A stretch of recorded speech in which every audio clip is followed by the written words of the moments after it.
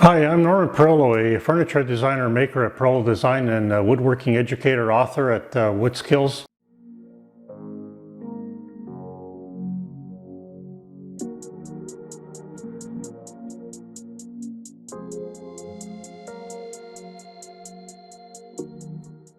Hi, today I'd like to talk about layout tools and the large assortment of layout tools I tend to use in my furniture making. Now, if you look at the workbench surface here, you'll notice a considerable amount of layout tools, but I've accumulated these over a large number of years.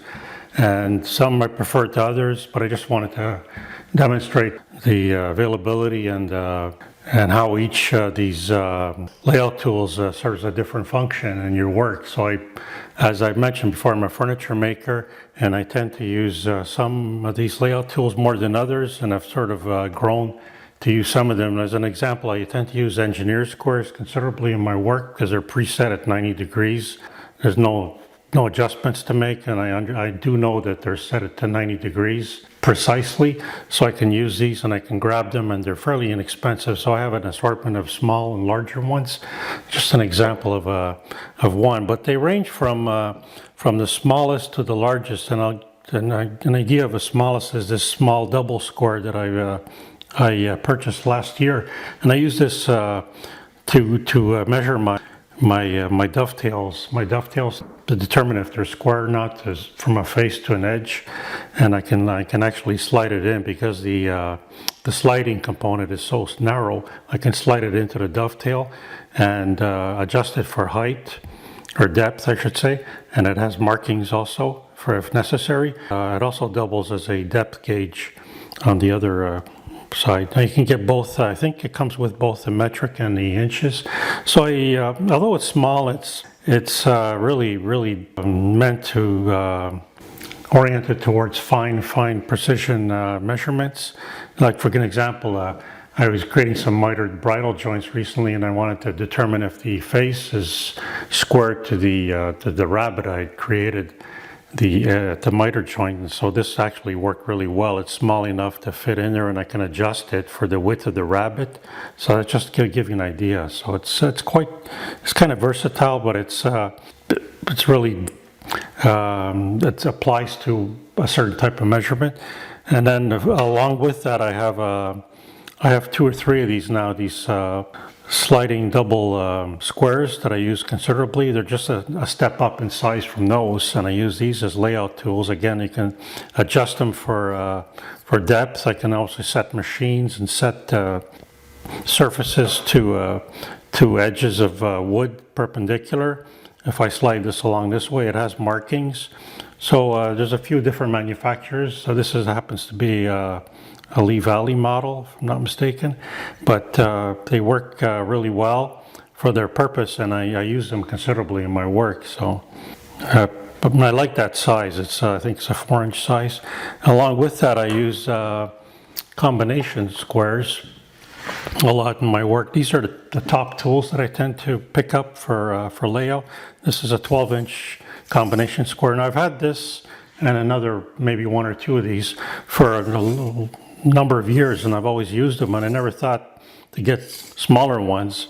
But I find although this is versatile for larger boards, I find that the smaller one, this is a 12-inch model, the smaller one, the 6-inch model is for me, for my own personal use, is much more handy, and I tend to use this a lot, and I can carry it around easier.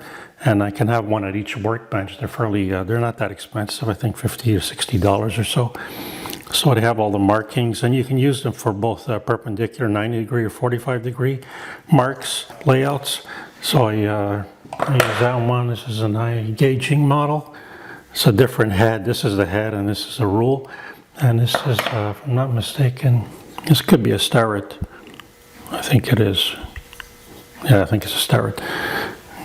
So moving along, then I just to give you an idea of showing you the smallest layout tools that I have, and these are the largest ones are the panel gauges.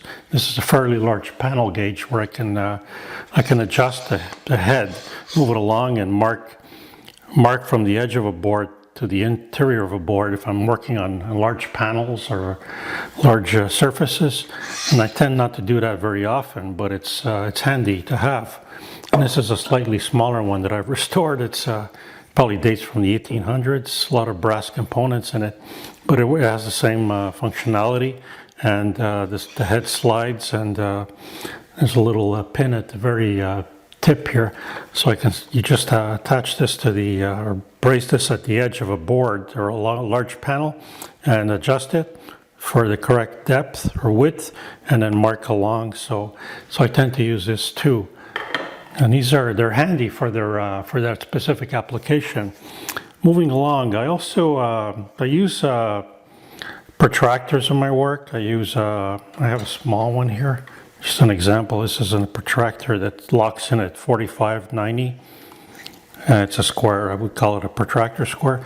Locks in at 4590. You can use it either to use it as a layout tool, actually confirm that your measurements are at 45 or 90 or any other angle for that matter. It's quite, it locks in at more common angles, 30, 60, 90. So I use this quite a bit. This is probably a more recent purchase of mine.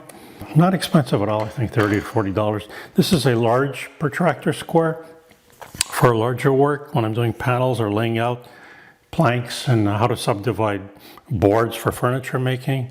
And again, it has the markings, the standard 90 degree 45, but so I can use it as a large square at 90 degrees, or I can simply use it to set different angles or transfer different angles from 0 through 90 and above.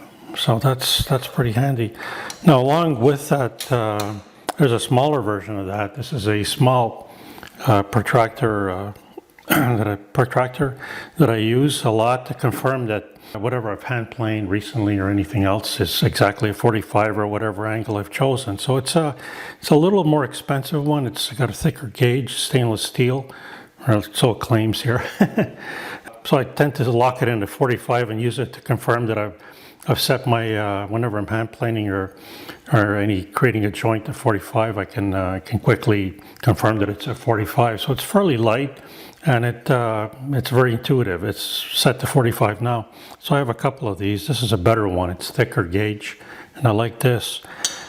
Two of my other recent purchases are these small squares that can either measure, again, perpendicular 90 degrees or 45. So this is a smaller one, and this is a slightly larger one. I think this is 1.5 inches, and that's maybe 3 inches. Let me check that. It's actually 2.5 inches, and this is 2 inches. They're extremely handy. You know, I never thought to get these, and they haven't been available only recently. But they're very, very handy to check I tend to make small boxes or small drawer compartments in a lot of my work, so I can check for square in the interior part of the drawer compartment or the case. Unlike any other, like for example, this is one of my smallest ones. I do have a smaller one, I think. Engineer square. I might have a smaller one that I use. So this is very, very handy. Fairly very inexpensive. This comes in, it's a Veritas model. They come in different sizes, so I can confirm that the angles are 90 degrees. So I use that for the most part, but I also like to confirm that whatever I've hand planed, or if I created a joint, as an example, a mitered bridle joint, at 45 I can set this against one edge and measure that, and I'll give an example of that. I mentioned earlier, this is a mitered bridle joint. This is the tenon part, so this is what I've used to confirm that it's set to 45. So I run this along one edge and one of the other edges. So it's a quick and dirty way to check for 45 or 90 and transfer markings or layout. So this is they're excellent for that reason, and so that's a baseline. This is what I've been doing recently. Another tool I tend to use a lot are these Japanese squares, and I've only had them for a couple of years now, but they come in really handy. Especially this one's preset to 45 on either side, so it only really works at 45. but it's preset to 45, so you don't have to fiddle with anything. And I like this one a little more because it has both 90 degrees, 45 degrees. You can measure interior components, and it has some markings along either of the edges. So again, I tend to use this for the same reason. If I'm measuring for 45 or transferring or something, I can use that for 45 degrees. So these are the gauges. These are very inexpensive. I think $30 to $40 a piece. They're Chinois, if I'm not mistaken. Some, maybe not Chinois. I'm not sure what they are. Yeah, they are Chinois. Okay, which is a good high quality Japanese tool maker. Along with that, when you're working with angles for laying out, this is probably the most ubiquitous tool of all that everybody's seen, any woodworker familiar. It's a sliding bevel gauge, and this one in particular I like because it doesn't have any protruding knobs. Here's an example of one with a protruding knob. There's another Chinois with that protruding brass screw, so that might get in the way of your work. But what I like about this is that it slides. And so I can set it to preset it to an angle, let's say 45. So let's say I'm setting it to 45. I can lock it in here, and this part doesn't protrude. It doesn't interfere with when I'm transferring that angle to different boards. So it's probably one of the oldest layout tools in existence for woodworking, and I'm sure we've all seen it, but they come in different variations. Again, this is more the wooden one. They all have that locking knob. This is a Chinois. I'll just give you an idea. So this knob can get in the way. So this comes out, pops out, and it slides. Again, it's a sliding bevel gauge, and it locks in. This is a nice one. Again, Chinois tools I find are not very expensive, the layout tools. So, I'll put this back. So again, this is a Swanson, that same company that makes speed squares. Is this a Swanson? Yes, a speed square. Used mostly in carpentry, but it does come in handy in woodworking. And I tend to have one because I do some construction work sometimes. But this is a line of layout tools that they had created. I'm not sure if they're still available, but I purchased these a number of years ago, and they lock in at different angles. So they're actually imported from Sweden. They're very, very accurate. I was very surprised at how accurate they are at the different preset angles, 90, 60, 45, 30, and so I have a couple of these. A smaller and a larger one. I picked them up, and they were not expensive at the time. So again, I do have a smaller engineer square, and I have a couple of other different bevel gauges, but I tend to use this bevel gauge now more often than not because you can find them. I'm not sure if they're still producing these, but it's an old Stanley. This is probably a better quality one, or a better rendition. You can probably pick them up for a song at a flea market or an antique tool store. And again, the other tools I have are, of course, the large squares. I do have this square. It's a 12 and a 6, so 12 on one side and 6 on the other, and I tend to use this a lot of my work. I've preset them, adjusted them for 90 degrees, and this is a larger one that I tend to use also, but for larger work. So this is, I think it's 24 by 16 or something. Yes, 16 by 24 exactly. So this is a larger version of the square, not used as often, but I tend to use this one. But they come in handy, especially when you're breaking down wood for furniture making from a plank, which I tend to do. That's how it starts. That's how it all begins. So I'm moving along, and this is another version of we've talked about the small combination squares. Now this also comes in a 4-inch version, but I think I'll settle on the 6-inch. I've got 2 of these now, and I really, really like them. I use them a lot. I probably use them far more than my 12-inch one. But I picked this up, another version of that, at a flea market a number of years ago, and it has a protractor head. So again, it's a start. It's an ancient vintage Starrett, but it has the protractor head so I can set at different angles, and it has a center finder attachment. So I picked them up. I mean, they were literally giving it away for what I paid for it. So I had they're still manufacturing that, and it's very expensive, by the way. So I would not buy one today. And these are marking gauges. Here's a wooden version that I picked up and cleaned up recently. So this is, and it works really well. It has the adjustable pin.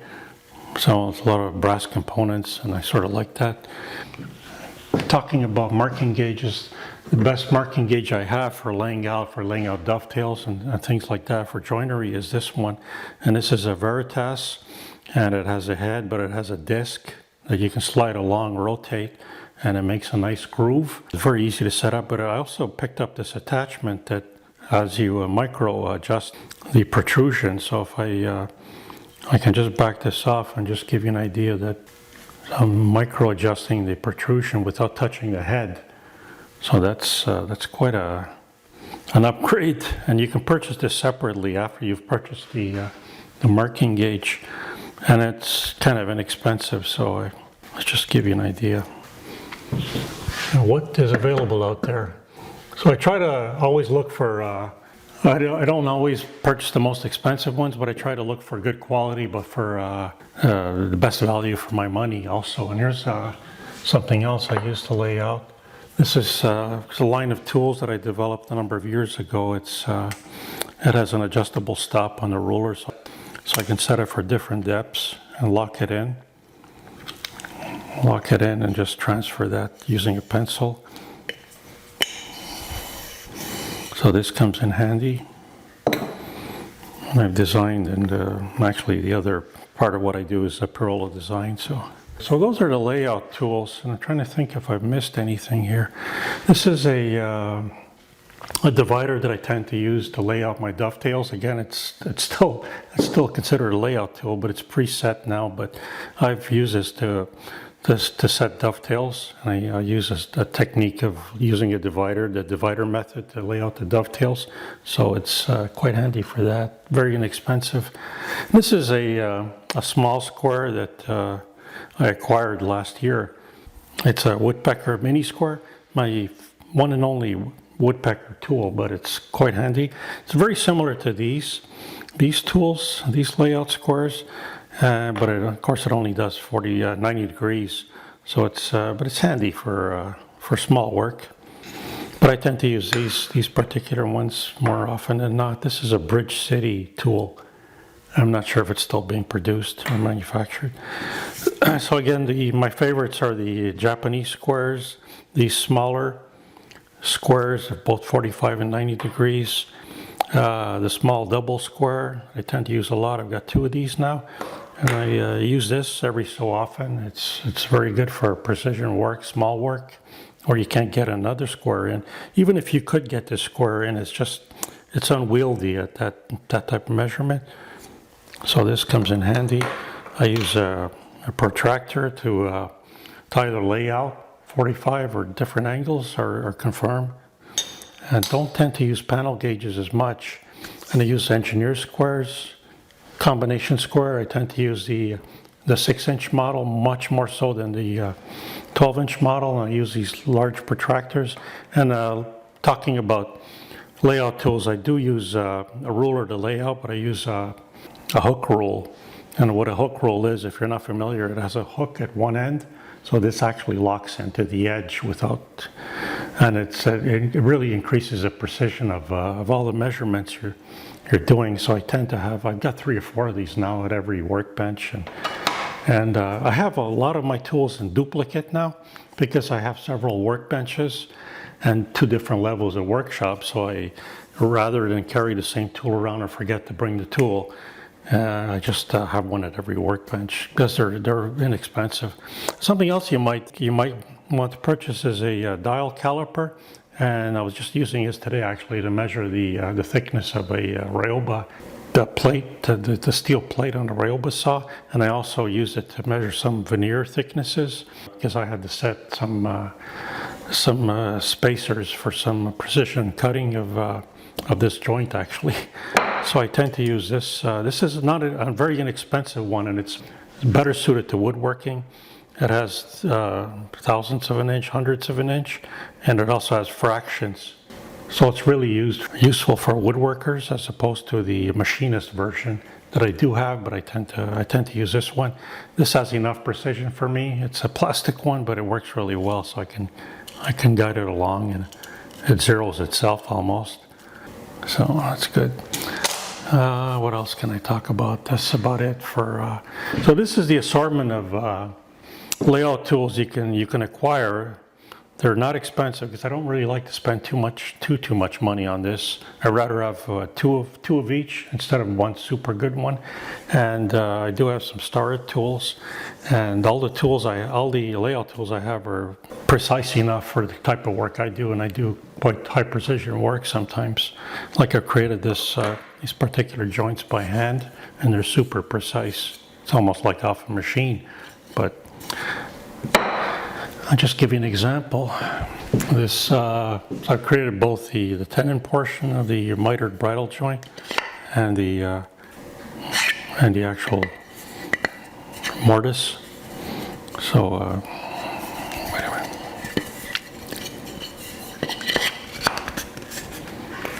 So that's how that fits. It's all done with hand tools, by the way. I have different videos on how to do this, but I use that's where the layout and the marking tools and the measuring tools come in really handy to measure, to confirm that everything's square at 45 and 90 degrees. So that'll be it. So please subscribe to my YouTube woodworking channel, where I share more of my woodworking techniques, my woodworking philosophy, my thoughts on woodworking, and all the challenges I've experienced, and I introduce some of the new forms of woodworking I've discovered. And also visit woodskills.com, where I have a good selection of my books, both in print and digital format, on woodworking, and all my online courses, and I also offer woodworking plans. I have maintained a regular blog on what I've got going on in my workshop and in woodworking in general. So enjoy.